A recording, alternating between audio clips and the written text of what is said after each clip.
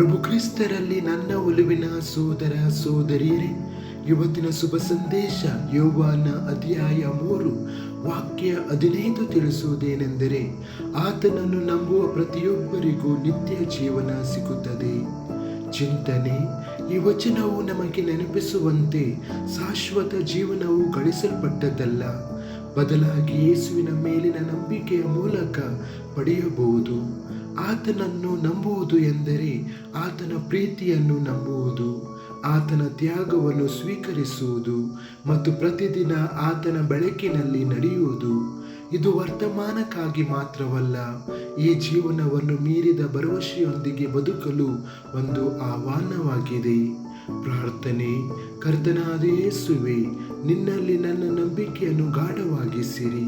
ನಿನ್ನ ವಾಗ್ದಾನಗಳಲ್ಲಿ ನಂಬಿಕೆ ಇಡಲು ಮತ್ತು ಪ್ರತಿದಿನ ಶಾಶ್ವತ ಜೀವನದಲ್ಲಿ ಭರವಸೆಯೊಂದಿಗೆ ಬದುಕಲು ನನಗೆ ಸಹಾಯ ಮಾಡಿರಿ.